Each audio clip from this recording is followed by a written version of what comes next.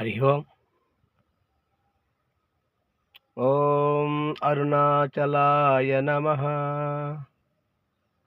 ఓం అరుణాచలాయ నమః. అరుణాచల శివ అరుణాచల శివ అరుణాచల శివ అరుణ శివో. అరుణాచల శివ అరుణాచల శివ అరుణాచల శివ అరుణ శివో. అరుణాచల శివ అరుణాచల శివ అరుణాచల శివ అరుణ శివో.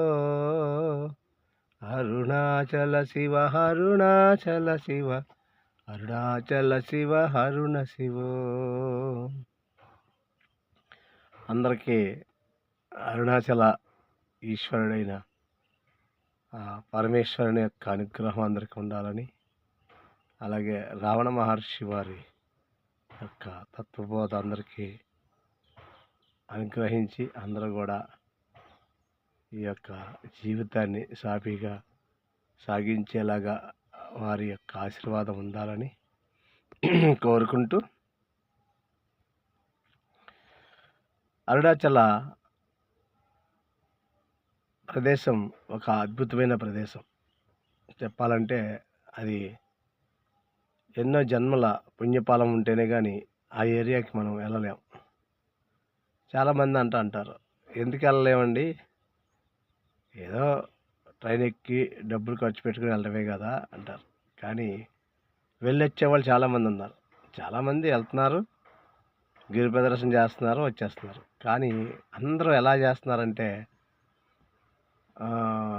ఏదో చేసాం అని 2 గంటలన్నర 3 గంటలు, అలాగే 3 గంటలన్నర 4 గంటలు ఇలా చేసేస్తున్నారు. అది 4 గంటలన్నర 5 గంటలు కూడా చేస్తున్నారు.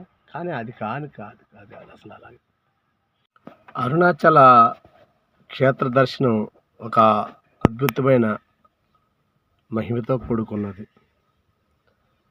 ఎందుకు మహిమతో కూడుకున్నదని మనకు ఒక ఆలోచన రావచ్చు. లేదు, అందరూ తిరుగుతున్నారు, మనము తిరుగుదాము అని అనుకుని కూడా వెళ్ళచ్చు. చాలామంది వెళ్ళేవాళ్ళు అందరూ కూడా జనం బాగా వెళ్తున్నారు, మనం కూడా వెళ్దాం, అదేదో ఎవరికి ఏదో జరుగుతుంది మనకే జరుగుద్ది అని వెళ్ళడం మాత్రం కామన్గా అందరికీ జరుగుతుంది. ఇందులో ఆయన అనుగ్రహం ఉందా అనుకున్నట్టు, ఆయన అనుగ్రహం ఉంటేనే కానీ వెళ్ళలేరు అనేది నేను ఒక మాట అనటం జరిగింది. చాలామంది అనుకుంటారు ఆయన అనుగ్రహంతో పని ఏంటి అనుకోవచ్చు.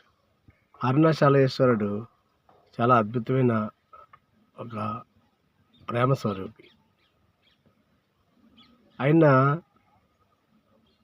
ఒక విషయాన్ని మనకు దారిలోనే తెలియజేస్తూ ఉంటాడు. అనేక రూపాల లింగ రూపాల్లో ఉన్నాడు.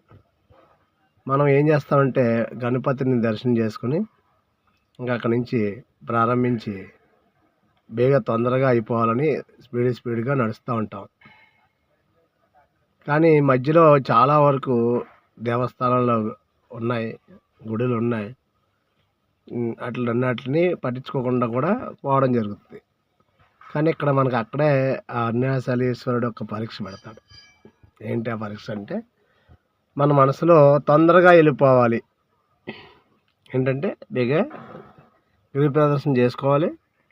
వీలైతే అరుణాచలేశ్వరుడి దేవస్థానంలో లోపడున్న అమ్మవారిని అయ్యవారిని దర్శనం చేసుకుని వెంటనే ట్రైన్ ఎక్కి మళ్ళీ మన యథాస్థితికి వచ్చేయాలని తొందరపాటు ఎక్కువ ఉంటుంది. ఆ తొందరపాటు అనేది ఒక మాయా విధానం. అదే మాయాశక్తి ఏం చేస్తుందంటే తొందరపాటు. సాఫీగా ఆయన నామం జపించుకుంటూ ఆనందంగా ప్రతి దేవాలయంలోకి వెళ్ళి దర్శనం చేసుకుని రమణ మహర్షి ఆశ్రమానికి వెళ్ళి అక్కడ కూడా ఆయన అనుగ్రహం తీసుకొని ఎంతసేపు వీలైతే అంతసేపు ఆ ఆశ్రమంలో కూర్చుని ధ్యానం చేసుకుని నడుచుకుంటూ అనేక భక్త సమ్మేళనం, చాలామంది ఉంటారు భక్తులు, ఎంతోమంది అనేక నామాలు జపించుకుంటూ కూడా వెళ్ళేవాళ్ళు ఉన్నారు, సైలెంట్గా వెళ్ళేవాళ్ళు ఉన్నారు, ఇందులో తొందరగా నడిచేవాళ్ళు ఉన్నారు. కానీ నాకు తెలిసి నేను చూసినంత వరకు చాలా వరకు తొందరగా నడిచేవాళ్ళు ఎక్కువ ఉన్నారు. ఒకరినొకరు దాటించుకుంటూ పరుగులు తీసుకుంటూ నడుస్తూ ఉన్నారు. అందులో నడలేనోళ్ళు కూడా పెద్ద వయసోళ్ళు కూడా కర్ర పట్టుకుని కూడా నడిచేవాళ్ళు ఉన్నారు. వాళ్ళు జాయిగా నడుస్తున్నారు. వాళ్ళకి 12 గంటలు కూడా పట్టొచ్చు. కానీ ఇక్కడ ఎన్ని గంటలు పట్టింది అనేది కాదు ఇక్కడ కావాల్సింది. ఎంత ప్రయాణం చేసాం అంటే ఎంత టైం ఆయన దగ్గర, ఆయన ఆశ్రమంలో, ఆయన ఒక ప్రదేశంలో ఉన్నాం, అది మనసులో తెలుసుకోవాలి మనం. అంటే ముందే మనం ఫిక్స్ అవ్వాలి. వెళ్ళే ముందే వెళ్ళడం, పరిగెట్టుకుంటూ వెళ్ళడం, రావడం, దర్శనం అయిపోగానే వచ్చేయడం, గిరి ప్రదర్శన తొందరగా చేసుకొచ్చేయడం అని అనుకొని వెళ్ళకూడదు. ఏమని వెళ్ళాలంటే ఎంత టైం అయినా సరే అక్కడ ఉండాలి. గిరి ప్రదర్శన అనేది ఏముంది, ఉదయం స్టార్ట్ చేస్తున్నారు, 4-3 అవతలకి అవగొడేసుకుని రాత్రికి రూమ్కి వెళ్ళిపోయి పడుకుని తెల్లవారుజామున దర్శనానికి వెళ్ళిపోయి వెంటనే 2 గంటలకు 3 గంటల టైంలో అయిపోతుంది. బయటకు వచ్చేసి మళ్ళీ మనం వచ్చేయాలని ప్రయత్నం చేస్తాం. కానీ ఇక్కడ కిటికీ అంతా ఎక్కడుందంటే వారు ఆ స్వామివారు పెట్టింది ఏంటంటే భక్తులందరికీ కూడా అసలైన కిటుకు గిరి ప్రదర్శన. అసలైన తత్వం గిరి ప్రదర్శనలో ఉంది. ఏంటి ఆ తత్వం ఉంది అంటే నీవు ఎంత స్లోగా నడుచుకుంటూ వెళ్తావో అంత బంధాల నుంచి విముక్తుడు అవుతావు అని అక్కడ అర్థం. ఎందుకు బంధాలు అంటే నువ్వు నడిచే ప్రతి అడుగులోనూ నామస్మరణ ఉంది కాబట్టి నీ కర్మ నిన్ను వెంటాడుకుంటూ ఉండకుండా నిన్ను మంచి ఉద్వలోకాలకు వెళ్ళే మార్గాన్ని తెలియజేసే మార్గమే గిరి ప్రదర్శన మార్గం. ఇది నా అనుభవంలో. అంటే ఉద్వలోకాలంటే పైలోకాలు, అధోలోకాలంటే పాతాళ వరకు. అది ఏమంటారంటే అతల సుతల తలాతల రసాతల పాతాల అంటారు. ఇలా అంటే క్రమంలో ఎన్నో తప్పులు ఉండొచ్చు. ఉద్వలోకాలంటే మనకి స్వర్గలోకం దాకా అందరికీ తెలిసిన విషయమే. అందరూ కూడా ఈ మధ్య యూట్యూబ్లో చూస్తున్నారు కాబట్టి ప్రతి ఒక్కరూ రకరకాలుగా అద్భుతంగా చెప్తూ ఉంటారు. పైలోకాలన్నీ ఆనందాన్ని, జన్మరాహిత్యాన్ని, మనిషికి పరిపూర్ణత్వ, దివ్యత్వాన్ని, సిద్ధులు ఇలా అన్నీ ఇస్తాయన్నమాట పైలోకాలన్నీ. కింద లోకాలన్నీ తెలుసు కదా, కర్మలో బాగా ఇంకా కర్మల్లోకి తీసుకెళ్ళిపోవటం, జడజన్మలకు తీసుకెళ్ళిపోవటం.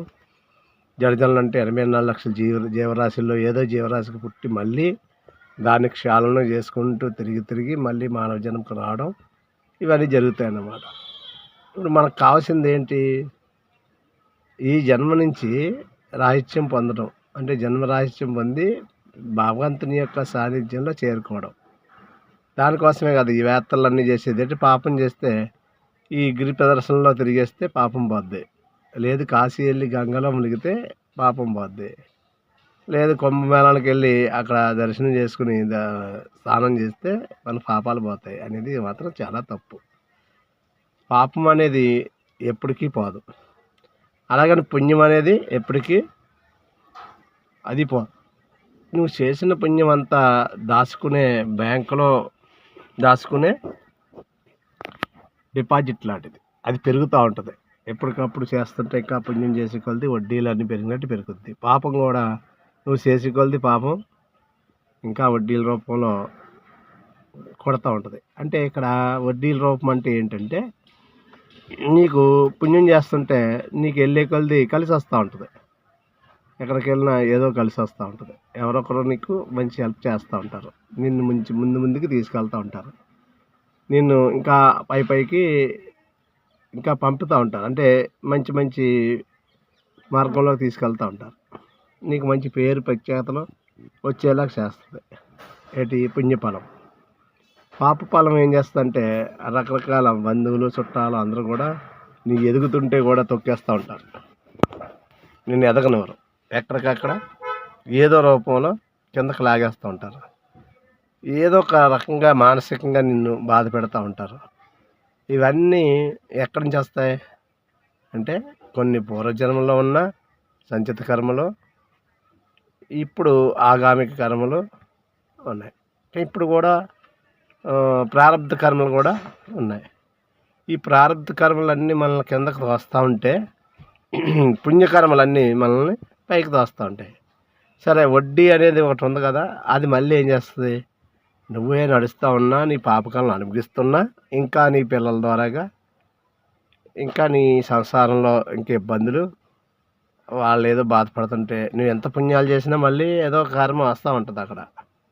అది మళ్ళీ నేను బాధ పెడతా ఉంటూ నీకు బాధ కలిగిస్తూ ఉంటుంది. ఎందుకు కలిగిస్తుందంటే ఇక్కడ ఎలా వస్తుందంటే ఒక రకంగా ఈ పాపం పుణ్యం అనేది ఏంటి అని మనకి తెలియాలి ముందు. అకారణంగా మనం ఎవరో ఏదో తిడుతున్నారు అనుకోకుండా, దాన్ని కూడా మనం ప్రోత్సహించాం. ఆడు అలాంటోడే, మనం చూడకపోయినా సరే అలాంటోడే అన్నాం, మనకు కూడా భాగం వచ్చింది. అలాగే ఎవరో ఆస్తి ఉంటుంది. ఇప్పుడు వాళ్ళు లోకుగా ఉంటారు, అయితే మగవాళ్ళు ఉంటారు. అలాంటి వాళ్ళ ఆస్తులు మనం కాజేసాం. ఏదో మనకు కాకపోయినా మన పెద్దలన్నా కాజేస్తారు. కాజేసిన దాన్ని కూతురికి కట్నంగాను ఇచ్చేస్తారు. అది అనుభవిస్తున్నావు కదా, అనుభవించింది నువ్వు చాలా బాగుంటావు, వాళ్ళు అనుభవించేస్తారు, అయిపోయింది, వీళ్ళు అనుభవించేస్తారు, బాగుంటుంది. ఎప్పటికప్పుడు దాని ఫలితం మాత్రం ఖచ్చితంగా వడ్డీతో సదా తీర్చుకోవాల్సిన అవసరం వస్తుంది. అంటే ఎందుకు వస్తుందంటే తన పిల్లల ఎదుగుదల కోసం ఇంకొకటి పిల్లల దగ్గర నోటికాడ కూళ్ళు లాగేసుకున్నావు కదా, ఏం చేసావు? నా పిల్లలు బాగుండాలనేసి నేను ఇంకొకటి పిల్లల నోటికాడ వాళ్ళు తినే ఆహారాన్ని మాయ మాటలతోటి మోసం చేసి వారిది లాగేసాను. మరి ఆ ఆకలి బాధలు, వాళ్ళ పడ్డ కష్టాలు నీకు రాకుండా ఉంటాయా? ఖచ్చితంగా వచ్చి తీరుతాయి. ఏం తీరుతానండి, ఇప్పటికి నేను ప్రశాంతంగా ఉన్నాను, నాకేంటండి కష్టపడి సంపాదించాను, మేము అంతా బాగున్నాము అంటున్నారు చాలామంది. ఏంటి ఈ అక్రమార్కులందరూ కూడా. మరి ఎప్పుడు ఇవన్నీ ఎప్పుడంటే నువ్వు చూడకపోవచ్చు. గొప్ప గొప్ప నాయకులు కూడా, మెత్త నాయకులు అనుకునే వాళ్ళు ఇవాళ మంచం మీద కాలు చేయి ఆడక వాళ్ళకి సేవలు చేయడానికి కేవలం రాక ఇబ్బందులు పడే వాళ్ళు చాలామంది ఉన్నారు. నేను చూస్తున్నా కూడా చాలామంది ఉన్నారు. ఎందుకు జరుగుతుంది అది? ఇప్పుడు బాగానే వయసులో ఉండగా కాలు చేయి ఆడగా మనం అన్నీ తప్పులు చేస్తూ ఉంటాం. తర్వాత సంగతి ఏంటి? అందుకు పశ్చాత్తాపం అనేది భగవంతుడు పశ్చాత్తాపం పడమనే ఈ యొక్క గిరి ప్రదర్శన. గుర్తుపెట్టుకోండి,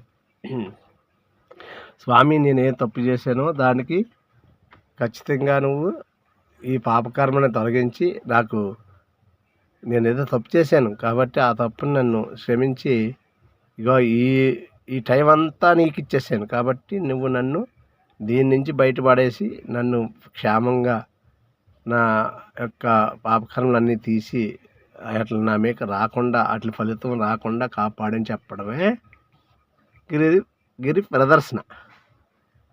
ఓకేనా? గిరి ప్రదర్శన దేనికోసం చేయాలి అంటే ఇగో ఇలా చేయాలి.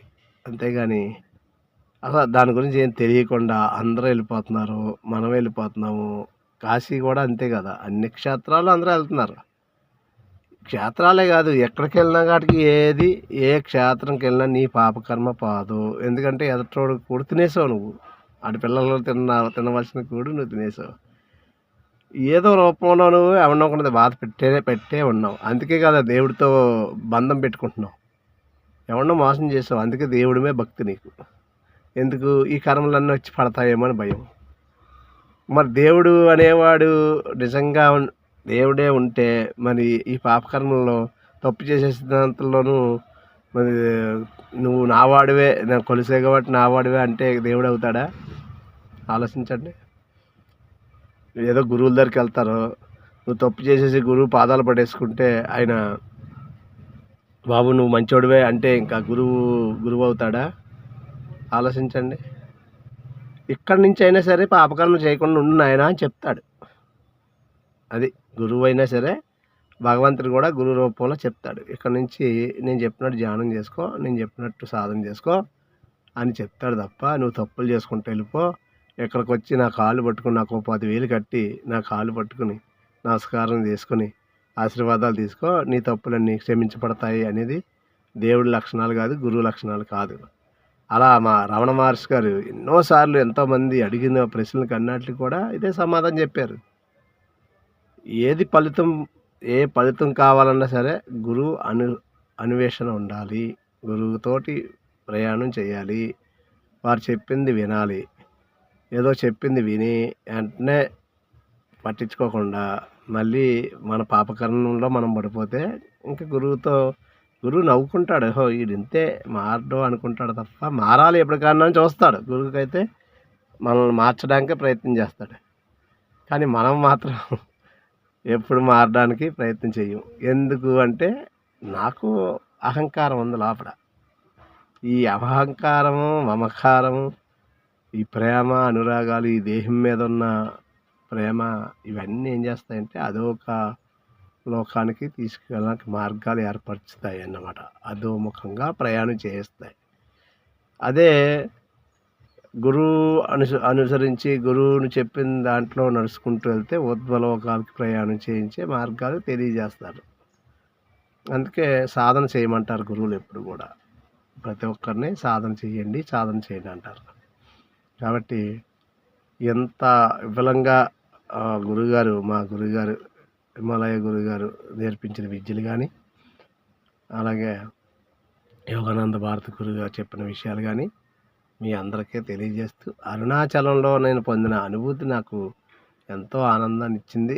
దాన్ని అంతటినే మళ్ళీ సెకండ్ వీడియోలో కూడా తెలియజేస్తాను. నాకు పరికరాలు ఏమీ లేవు, ఏదో చిన్న చెల్లతో చేసే ఈ యొక్క వీడియో ఖాళీ దొరికినప్పుడు చేస్తూ ఉంటాను. ఖాళీ కూడా నాకు ఏదో ఆయుర్వేదం చేసుకుంటున్నాం, ఎవరన్నా వస్తే వాళ్ళకి ఏదో మెడిసిన్ ఇస్తున్నాము, వాళ్ళు ఏదో ఆనందం పొందుతున్నారు. నేను కూడా సబ్స్క్రైబ్ చేయండి అని ఎందుకు అడుగుతున్నాను, కానీ ఎవరో వేసుకోవట్లేదు. ఎందుకంటే వీడియోలు కొన్నిట్లో చూస్తుంటే 1,00,000 తీసుకున్నాము, 2 లక్షలు తీసుకున్నాము వీడియోల ద్వారా కానీ చాలామంది చెప్తున్నారు. ఇప్పటికి వచ్చి 1,00,000 కాదు కదా, రూపాయి కూడా మన పేయటానికి వచ్చింది ఎప్పుడూ లేదు. ఎందుకు లేదంటే ఇక ఇలా మంచి విషయాలు మనం పెడుతున్నాం అనుకోండి, వీటిని ఎవరో పట్టించుకోరు. ఈ కళ్ళుతో కవ్వించే వీడియోలు ఇలాంటివన్నీ వస్తుంటే వాళ్ళకి లక్షల కోట్ల మీద జనాలు సబ్స్క్రైబ్ చేస్తున్నారు. అంటే అక్కడ ఇంకోటి ఏమవుతుందంటే పాపకర్మను మనం ప్రోత్సహిస్తున్నాం, అది గుర్తుపెట్టుకోండి. మంచి దాన్ని మనం ప్రోత్సహించలేకపోతున్నాం. అంటే మన మాయ ఏం చేస్తుందంటే దాని మీద దృష్టి పెడుతుంది అనమాట. కాబట్టి ఈ వీడియో మీరు కూడా సబ్స్క్రైబ్ చేసుకోండి, ఇంకా షేర్ చేయండి అందరికీ.